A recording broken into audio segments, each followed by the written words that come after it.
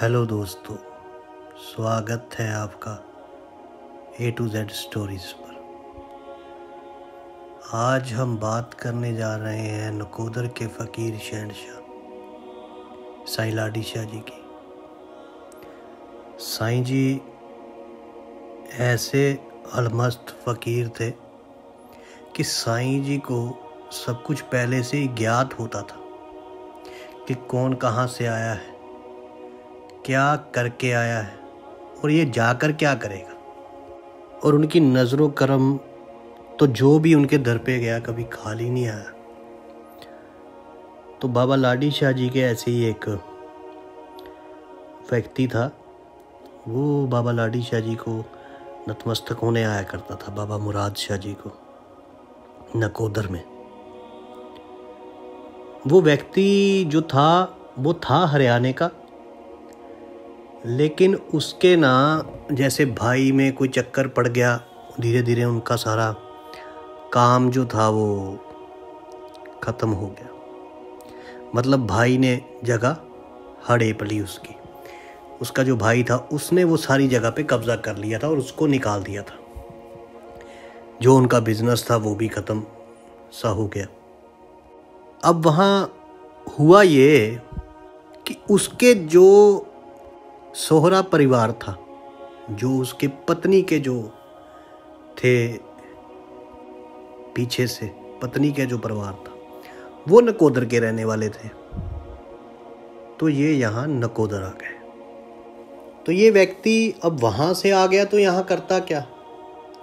तो इसने अपनी मेहनत को किसी न किसी रंग में डालने की शुरुआत की। इसने रिक्शा चलाना शुरू किया और वहाँ पे दरबार था बाबा मुराद शाह जी का नकोदर में।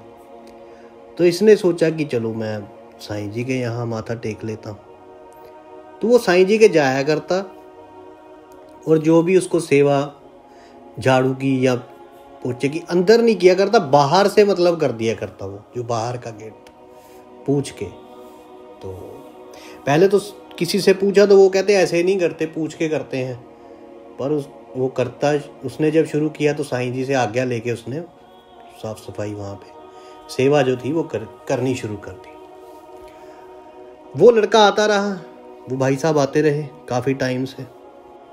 तो उन्होंने आना, साईं जी से उन्होंने कोई बात नहीं करनी, बस माथा टेकना और चले जाना। और साईं जी ने भी उनको कुछ नहीं कहना। मतलब ऐसा था, वरना साईं जी वहाँ बैठने नहीं देते थे किसी को। ऐसे तो बैठे जो रहते थे उनको बोले चलो चलो अपने घर चलो। साईं लाडी शाह फ़कीर ऐसे ही होते हैं।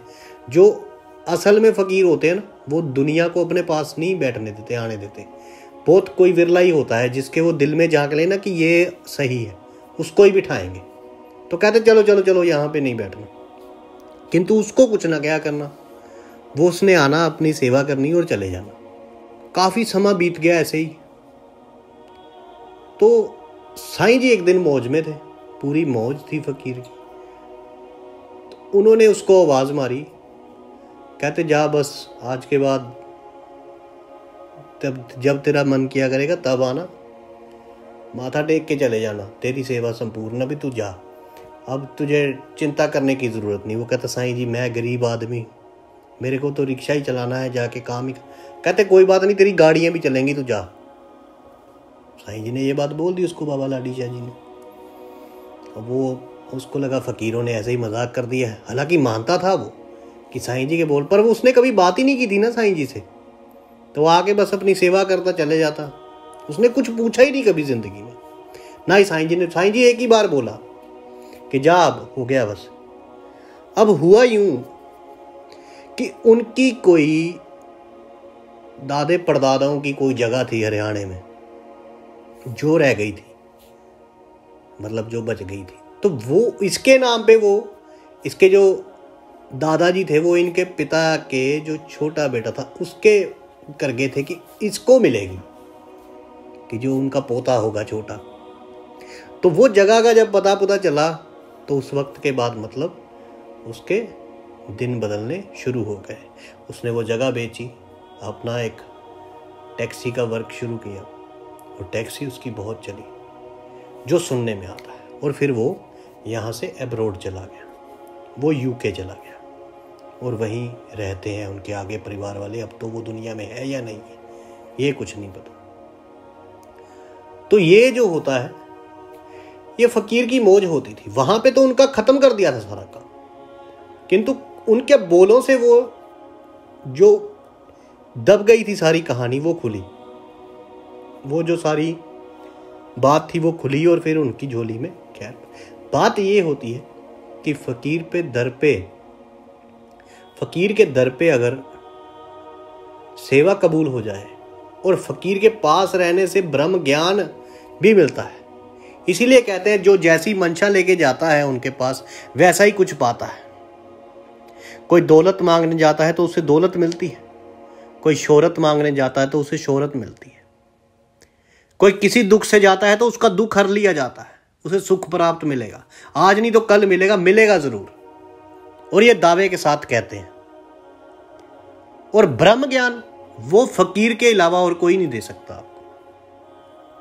ये साईं लोगों के अलावा और कहीं से आपको ब्रह्म ज्ञान प्राप्त ही नहीं हो सकता, क्योंकि इन्होंने वो सब कुछ देखा हुआ है। अगर आप शक्तियों की बात करें, कृत्याओं शक्तियां या नौ शक्तियां जो है 10 महाविद्या, वो भी जानकार होते हैं। पीरों फकीरों में जो शक्तियां वो भी ये जानकार होते हैं।